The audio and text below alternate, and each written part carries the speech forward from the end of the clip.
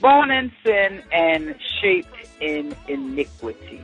As I kind of, reflected on that dynamic and how it relates to this being, enslaved and hooked on, addicted to this system of racism, white supreme lunacy, it's like, yes, I have been born in sin. And I think, what is sin?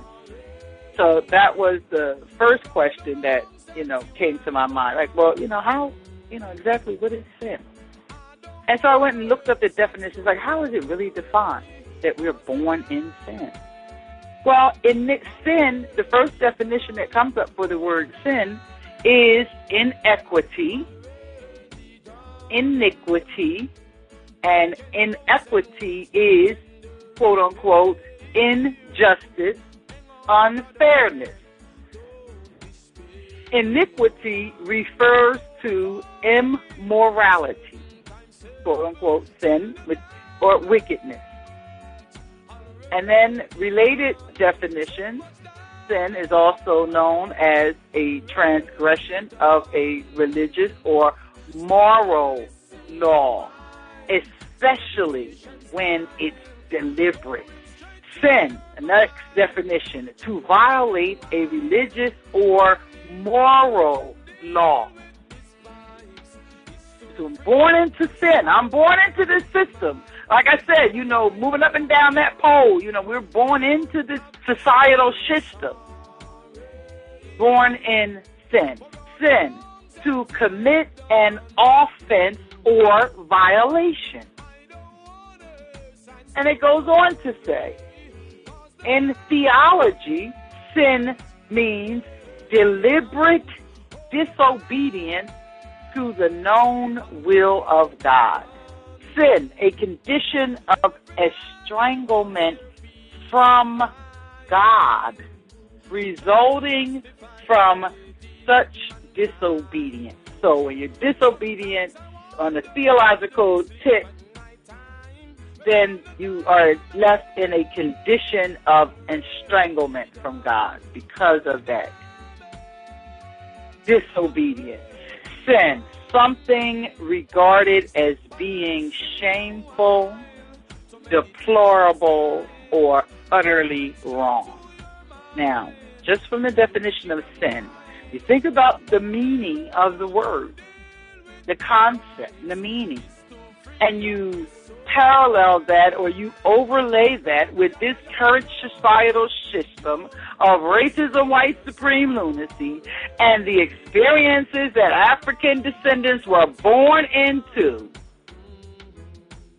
Do you see any similarities?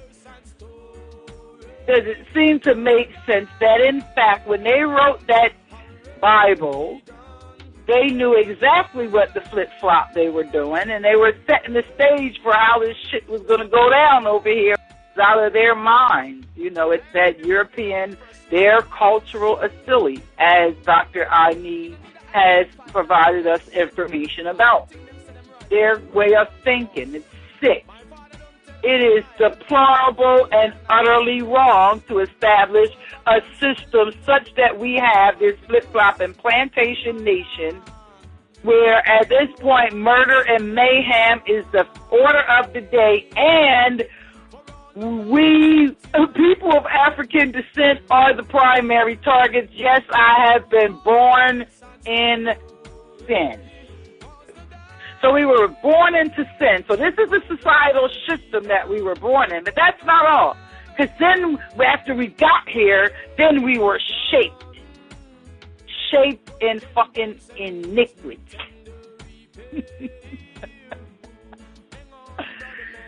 What is iniquity? Kind of have a general sense, and I could probably use the word, not thinking about it in a sentence, but I wanted to focus in and hone in on it. And so I did. And this is what I learned. Iniquity. 1, lack of justice or righteousness.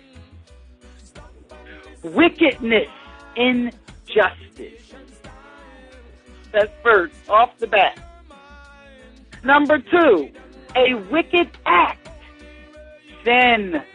And what was sin? What was the first definition of sin? inequity, which is injustice, unfairness. So yes, African descendant, we were in fact born the flip-flop in sin and shaped in iniquity. And how do you shape something? You mold it, you teach it, you train it to go a certain way. You know, it's called education, right? And they tell you this means that, and this means that, and this is what would happen, and this is what is. Shaping. Gross immorality or injustice. Wickedness. A grossly immoral act. A sin. You know, what the European have spread, because they developed this. They put this shit together. This societal system here in America that's fallen down. This is what their founding fathers were, do not look like me. They were white men. They were classified as white. And in fact, that's what the definition, basic definition of what it meant to be in America in the first place is a white male, agriculturally inclined, Christian-oriented.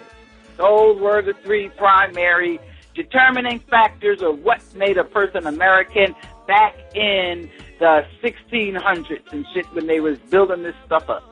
So I see how I was born in sin. Now, I'm not sure about how this Jesus character was the flip-flop is supposed to save us, especially when Jesus was white man. He looked like the same people who created this sinful and inequitous system.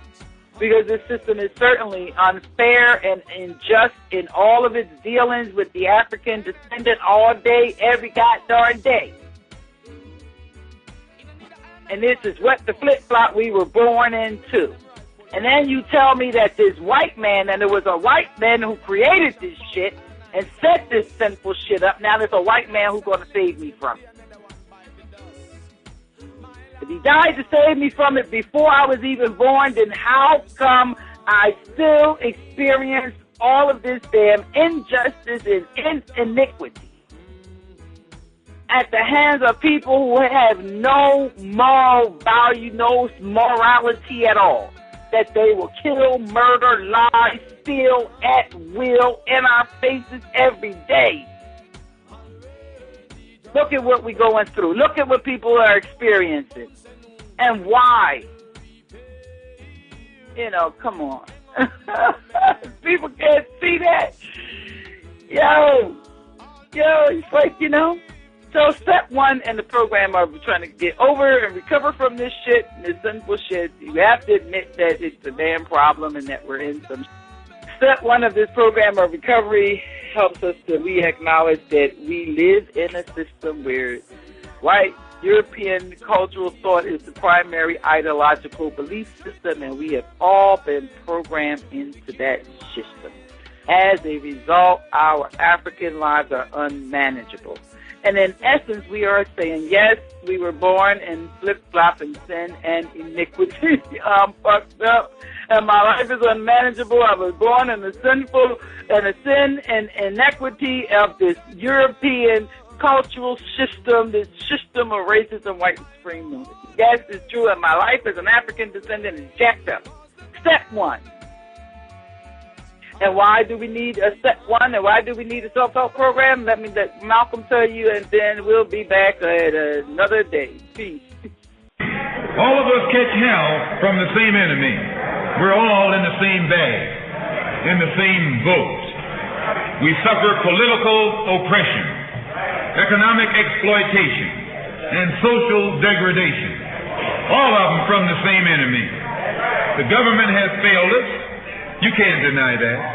Anytime you live in the 20th century, 1964, and you walking around here singing, "We shall overcome," the government has failed.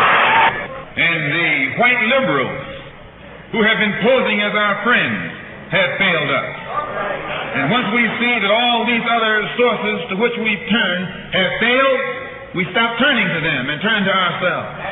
We need a self-help program. And that's about the gist of it, and we have it here for you, the recovery program of Racism Non-Anonymous. Till next time, peace.